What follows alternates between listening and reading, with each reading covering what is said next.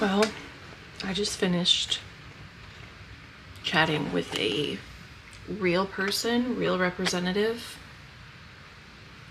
for 20 minutes because I scheduled an appointment with my doctor 2 weeks in advance so that I could be seen before Thanksgiving. And then she missed that Zoom appointment. And they were going to charge me $50 for it. So I reached out and said, hey, can you not charge me $50 for this? And I'd like to reschedule. And they're like, yeah, but she's booked up pretty far out. And I'm like, yeah, I know. That's why I booked pretty far in advance. And they booked me for 3 weeks from that date. And I go to show up for the Zoom call, and there's no Zoom link. That they did not email me any sort of Zoom link whatsoever like they usually do. So that appointment gets marked missed by the provider. And then they charge me $50. So I tell all of them that, and his response is, well, I can't refund you anything because that's management's job. And I'm like, great, can management give me a call? And he's like, no, management can't place outgoing calls. And I'm like, okay, can I have a number to call then? And they're like, no, I've just got to submit this whole thing to review for them.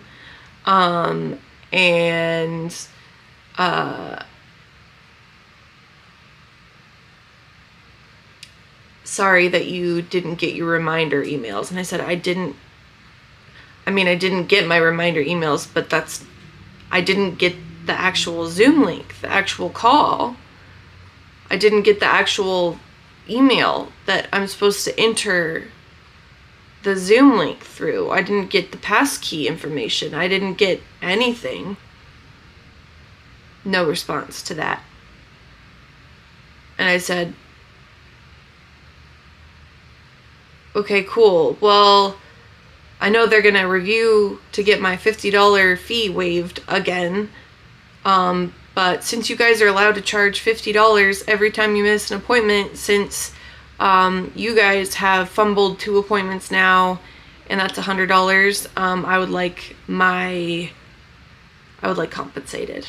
I would like compensated. And I'm trying to stand up for myself because that seems only fair because it's been over a month since I first tried to make this appointment. And I still haven't been seen.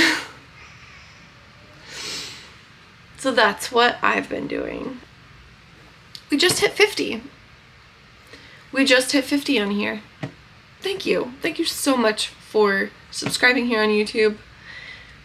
I had to rant for a little bit. That might get cut. It might not.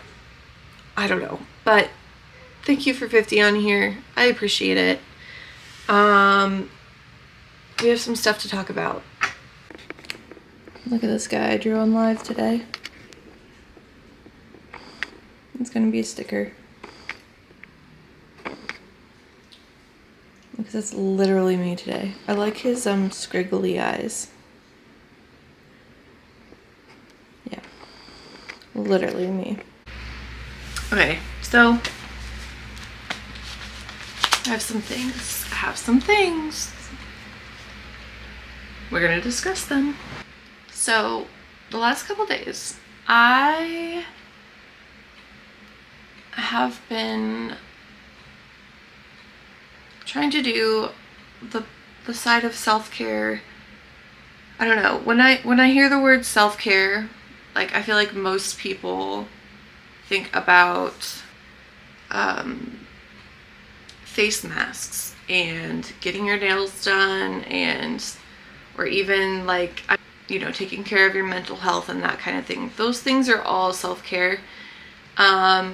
Drinking more water, and I do my nails, do my makeup, take care of my skin.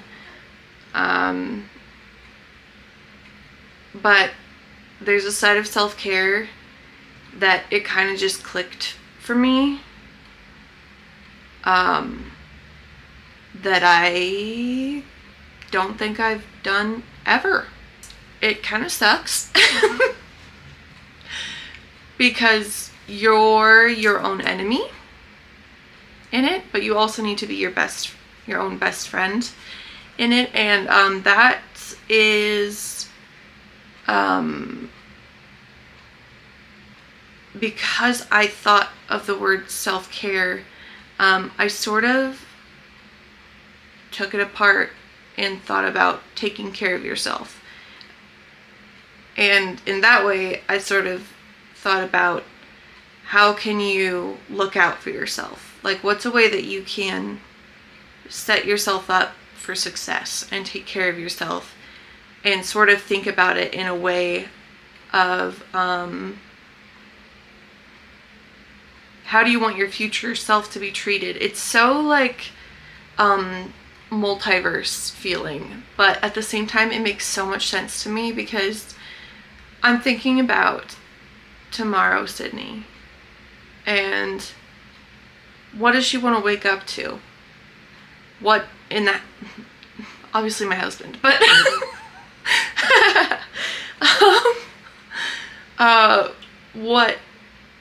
what can I do for her? Like, that's thinking about treating future me to things that I will appreciate past me for has kind of been a game changer. I don't know. It's only been a few days of me setting that up for myself, but so far I am like very motivated to continue. So for example, our laundry situation in our house, I had a baby and I have a son, and both of those, no, I have two sons, and they both grow out of clothes so fast. And we moved, which means I brought all the clothes that were packed away, the baby clothes that were packed away, out into circulation. And it never went back out of circulation. I didn't take the time to really go through everything and get rid of. We moved really quickly. So our laundry situation, it's not just the kid clothes, it's my clothes. I've been, for lack of a better term, hoarding my clothing, and it's been affecting how I'm able to pick outfits and how I'm able to view my sense of style. My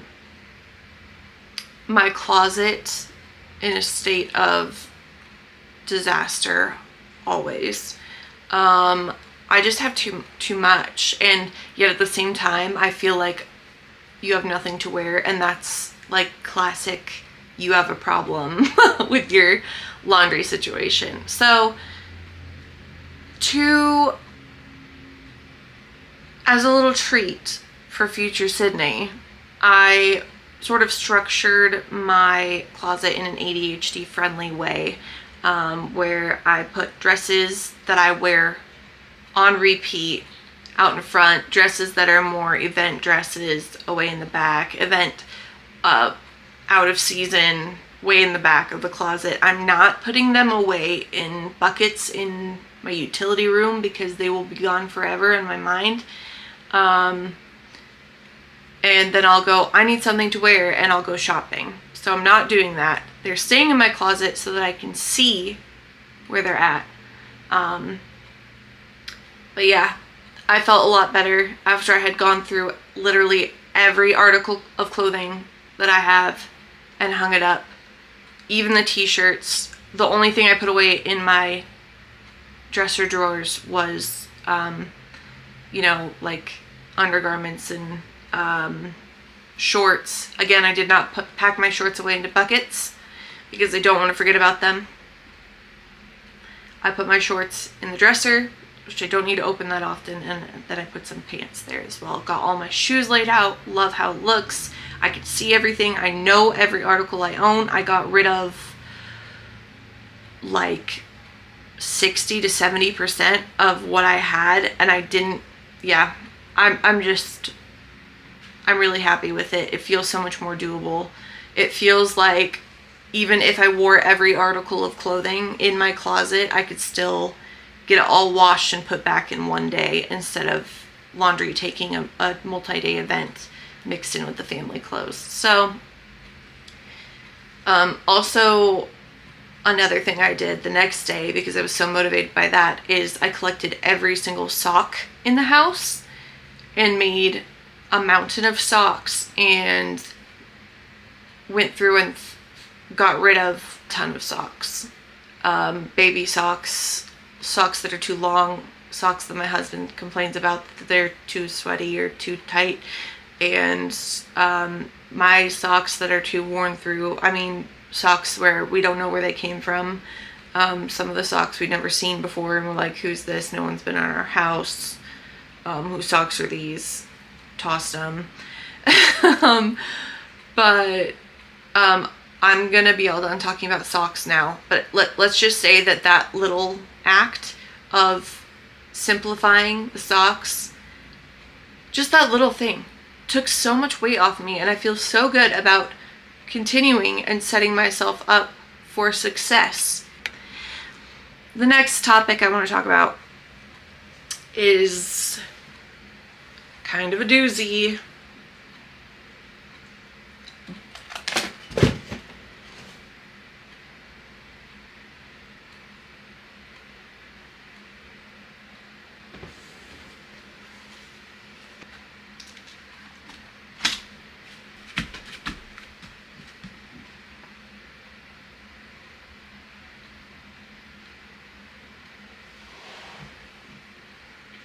She's fine. Being an artist on Instagram.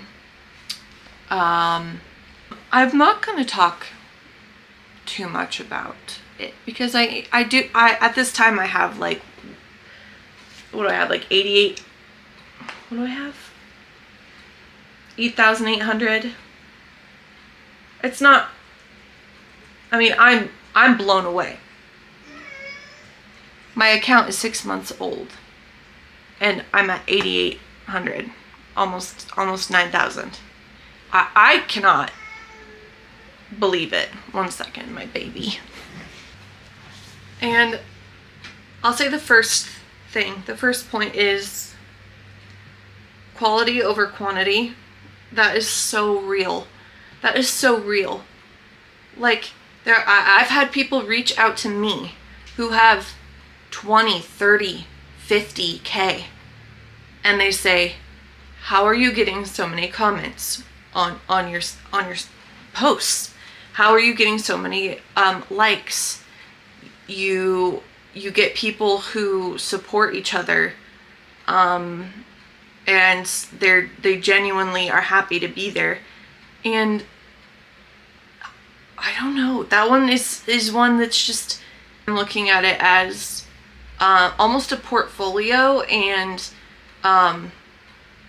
something that is more of a group effort than just me, and just here's me and have a fan club of me. And I don't know, it's definitely not self-centered. I definitely want to make it about, you know, obviously I promote my artwork. I want to sell my artwork. Like, I want to show you guys what I'm working on. But I want there to be a level of relatability with my videos, and that's why I do a lot of relatable artist videos, because I mean, like, we're all in this together, and I think people catch on to that vibe and they're happy to be there. Like, I don't know, there's also just a level of wholesomeness that I keep. It's not forced, that's just me. I don't know what to tell you, that's just my personality. But yeah, content does matter. As far as growth goes, I get, that's the second point, is people ask me, how can I grow?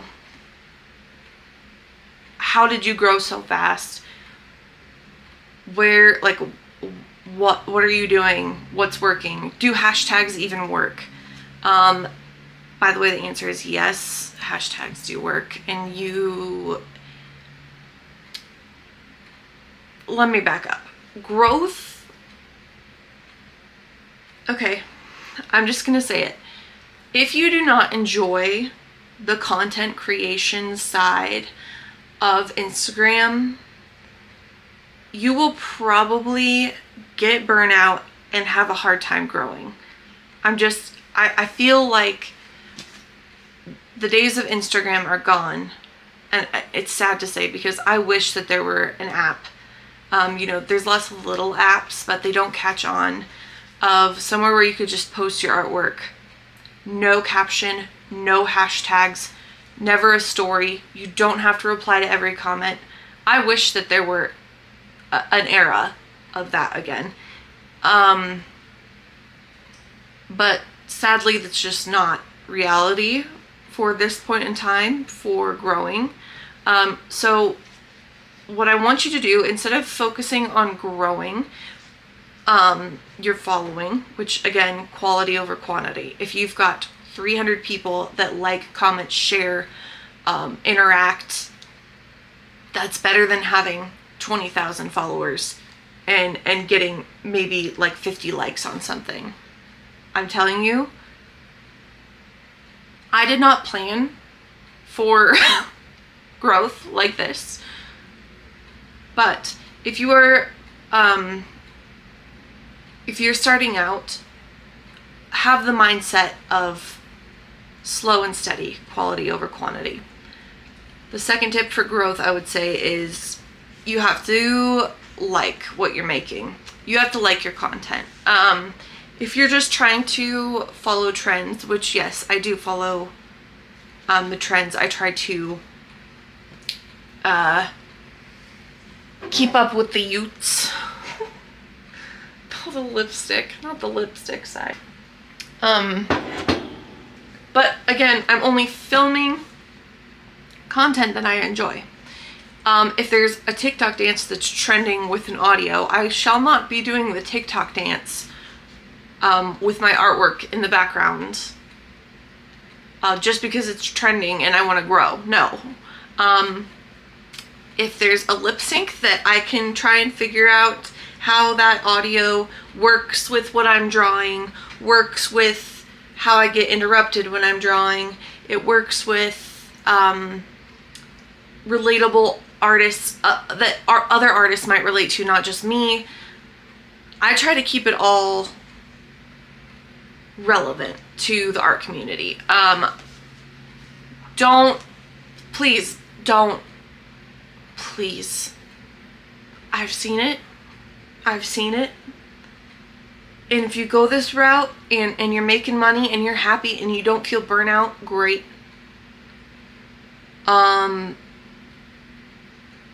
sell out.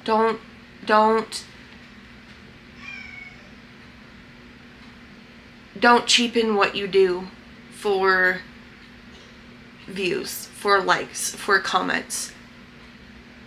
Just your content, just focus on making your content what makes you happy, what represents you, what represents your brand, and don't worry so much about the money yet. I did not anticipate making money. I still making money. I don't really, at this level, like people go, oh, 8,000, 9,000 followers, you must be, no, honey. It's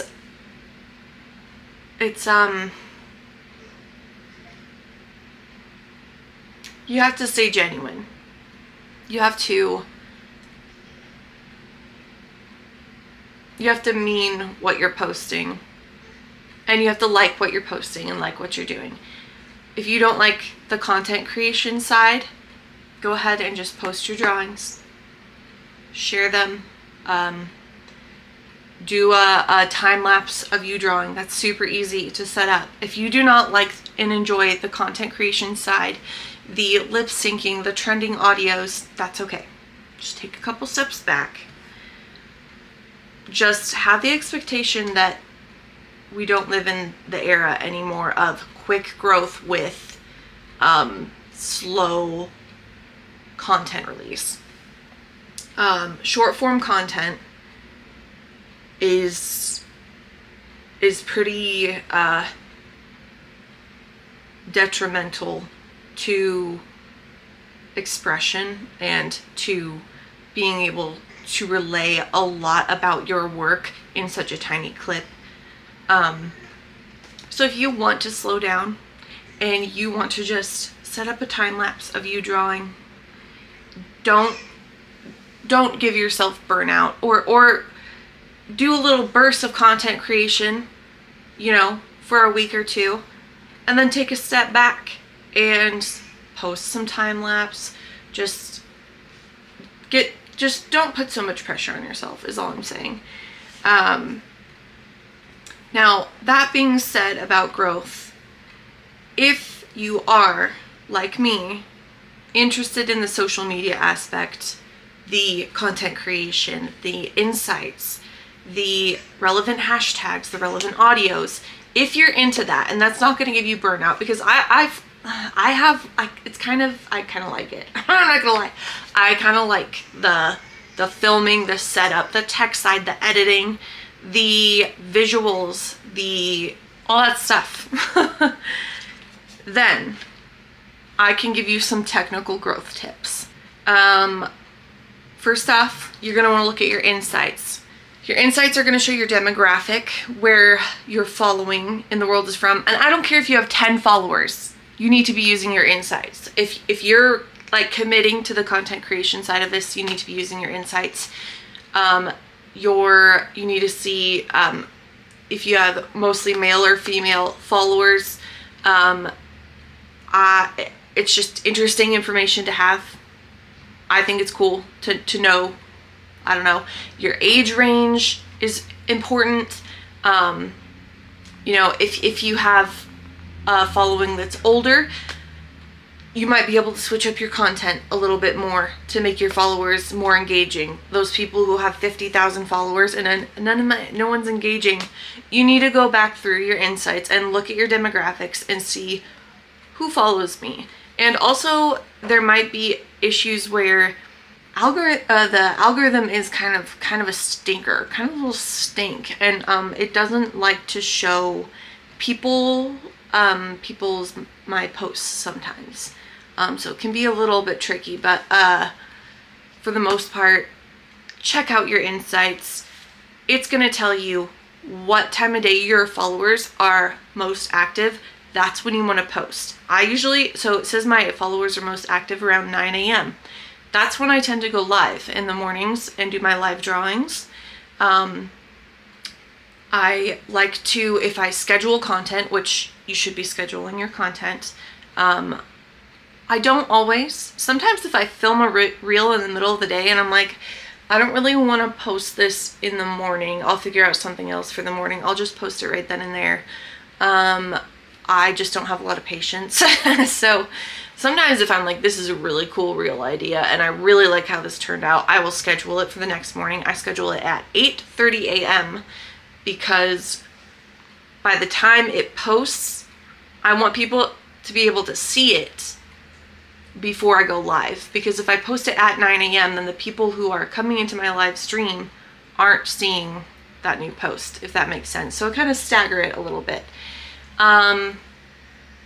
Another thing I've seen as far as growth is it is definitely harder to grow when you are doing a no face reveal account. It's harder for people to get to know you. If you are really confined by that and you will not be doing a face reveal, that's totally fine. I would recommend coming up with some kind of consistent chibi logo, icon, character, draw yourself, self-portrait of yourself to sort of represent you. You can put it an overlay on your drawings, you can do reels with it, your profile pictures, you can make stickers out of it. There's a way on iPhone that you can make stickers out of your drawings and you can send them in the chat, which is kind of cute because you can actually make an entire sticker set of yourself doing little different emotes and stuff. So it's really important that people feel a connection with you. And that's helps also build your community, which helps interaction, which helps growth. This is just my experience, by the way. I'm not, again, this is a 6-month-old account, but this is just what's been working for me. So, let's see. Yeah, take others into account, but make things for you. Don't feel like everything you're drawing, everything you're creating, crocheting, making, crafting has to be something relevant, something that people will want. Yes, there's an element of, I want to sell something, so I want to make something that other people will enjoy. But please do not, again, cater to just what's trending at the moment. Make sure that you love it too, and you're making it for you, and you like it, and you'd put it on your wall. You would have that crochet stuffed animal on your bed. You need to be loving what you're creating. Otherwise it's gonna show, and people are gonna be able to see right through that and go, they don't like what they're doing. Yeah, make things for you. That goes with your content too. Make content that you like to see. Don't the TikTok dance thing, you know. The next thing I want to talk about is kind of a more, I mean, it's all important, but this one is battling hate comments, bullying, insecurities, DMs that are unsavory comments, etc. First of all, just because I'm able to post and able to show my face does not mean that I'm not absolutely picking myself apart in every video. I really fight it off. I've been okay about it lately. I just don't think about it. I post, you just go live and just know that no one is thinking about your insecurities like you are. Sure, some of you might be looking at this on the screen and just notice it's there, but the majority of people viewing your things are not taking an eyeball and going, oh wow, that is so, look at how big her pores are, like she's got a gap in her teeth, like would you look at that, oh they need whitened, oh my goodness. No, they're not. I can almost guarantee you no one is seeing your insecurities the way that you see them, okay? Okay, just know that you're battling yourself with that. It's something everybody deals with. Nobody likes the sound of, well, some people like, there's like voice actors and stuff and like professional singers, but for the most part, I do not like the sound of my own voice. I do not like my mannerisms. I don't like the way my mouth moves when I talk. I don't like my lisp. Like, everybody is dealing with that. But you're okay. I had an experience when I was 16 or 17. I went on Twitch for the first time and live streamed playing Minecraft, and I got so severely bullied, which is so funny because I've streamed multiple times here and I've like never had a stranger really come in. For some reason there were like 8 people, I don't know, they all came in and they just started ripping me apart, my appearance apart, and that stuck with me for years. I mean years. It's been a big reason why I haven't done live streaming before, and gotten started on a profile, drawing art profile that actually had me on it. But now looking back, they were probably like 12-year-old kids, and I was beautiful, and I needed to just let it go. I needed to just end the stream, ban them, block them, get back on, and keep going. Because I imagine if I had, it was at such a good era for streaming. Oh, I bet I could have been one of the greats. I could have been one of the greats. But nope. Anyway, everyone is battling their own insecurities, and I know that that's cliche to say, but just have some confidence in yourself and know that there's going to be people out there who are happy to watch you and hang out with you and support you, okay? As far as hate comments and unsavory and blocked.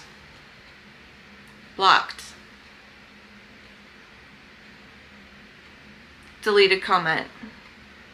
If you're gonna go, if like I'll let, if someone has a critique, not even a nasty like just a comment that's just like angry and like rude for no reason, I will absolutely respond. That's not getting deleted. If you're just on there being rude, guess what? You're just making yourself look kind of bad. So I'll respond. I'll give you an honest response. I'll be kind. I'll be patient. We can just keep on chit-chatting. That's fine. It's when you're gonna attack someone's appearance, you're gonna use a bunch of unsavory words, blocked, deleted.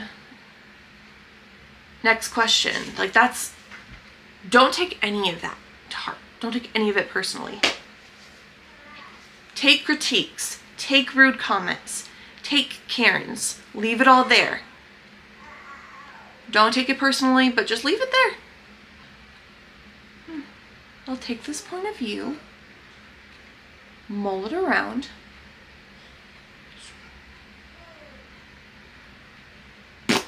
and there you go. Leave it there. Nasty, schmexual,